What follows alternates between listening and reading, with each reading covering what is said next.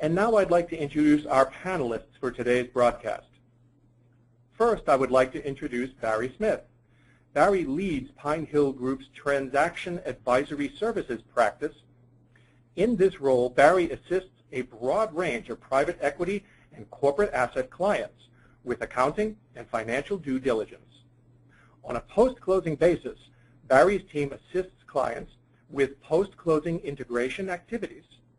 He also provides sell-side financial advisory services to lower middle market private companies to facilitate successful sales transactions that maximize shareholder value. Next, I'd like to introduce Matt Podowitz, Senior Director with Pine Hill Group. Matt leads the Operations and Technology Advisory Services practice nationally, as well as Pine Hill Group's Southeast Region office. Having worked on over 350 M&A transactions in North America, South America, Asia, and Europe, Matt is an experienced professional specializing in maximizing the value of companies' recurring investments in operations and information technology. He is relied upon as management consultant, transaction advisor, turnaround advisor, and interim executive for several of the firm's clients.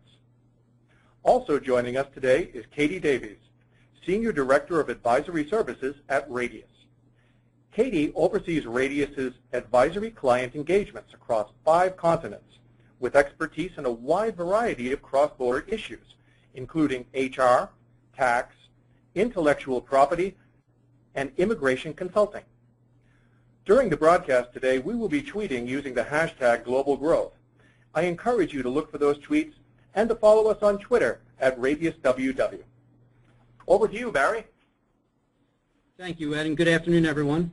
Well, it's no secret, 2014 was a banner year for M&A activity, both domestically and internationally.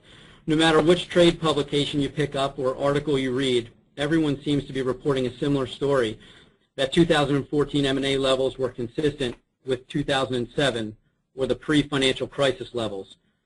This was driven by many factors, including a favorable lending environment, low interest rates, an improving economy, robust corporate earnings, and an increased number of well-capitalized financial buyers who are experiencing growing time pressures from LP mandates to invest their capital.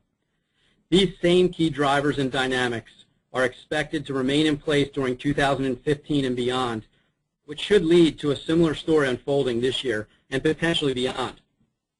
Additionally, the M&A focus for 2015 and foreseeable future is expected to be on value creation, meaning that buyers are expected to have an increasing focus on using M&A strategies as a means of achieving accretive value for shareholders of both buyer and seller organizations, either through synergy realization or as a means of achieving supply chain efficiencies and improved margins, immediate geographic expansion, or some combination thereof.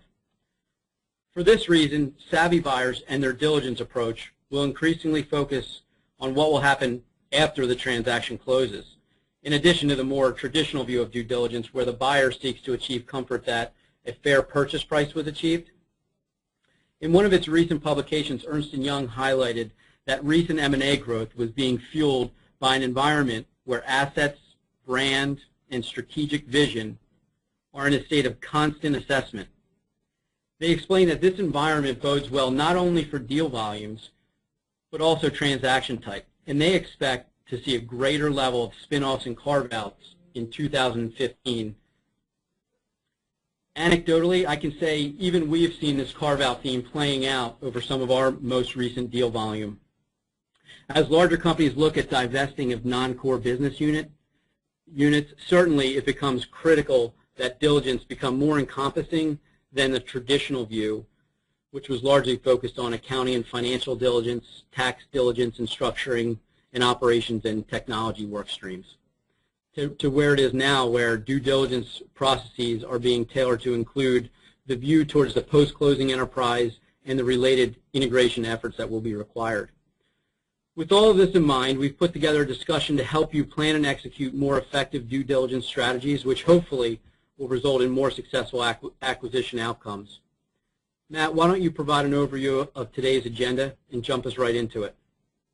Thank you. If you take a look at the agenda slide, we're going to cover off on 4 key topics today, all of them focused on helping you maximize the value of your next global M&A transaction. We're going to be touching on some broad concepts, but we're also hoping to deliver to you through the discussion of these 4 topics some real tools that you can take home, if you will, after the webinar is complete and begin applying to any deals that you have in progress or any deals that you're contemplating for the near future. Our 4 topics today are going to be focused on how to use the investment thesis and other deal differentiators to plan a really focused due diligence effort that will maximize the amount of time you have available and the amount of access you will have to the target company. Our second topic is going to address how to balance due diligence focus between the traditional look back at quality of earnings and other financial considerations that can drive purchase price with that need Barry just spoke to look at what's going to happen after the deal and make sure that we can do with the company once we've closed the deal what we expect to going into the due diligence. Third, we're going to talk about how to manage expectations about what's going to happen after the transaction, because success ultimately is in the eye of the beholder, and expectations about what will happen after the deal being unrealistic can take a really good deal and make it something that is perceived to be a failed deal, even if in reality it's not. And then lastly, we're going to talk about some really important international considerations that can really make or break your due diligence plan or the deal itself when entertaining a cross-border transaction. As our moderator noted as we started the webinar, there are 3 of us on the panel today. Certain of us will be speaking to some of these topics primarily, but we're all going to be jumping in because each of the 3 of us looks at each of these issues through a slightly different lens. And in choosing this panel, we hope that we're going to give you a good, broad understanding of these topics, along with that very specific and targeted advice on how to proceed.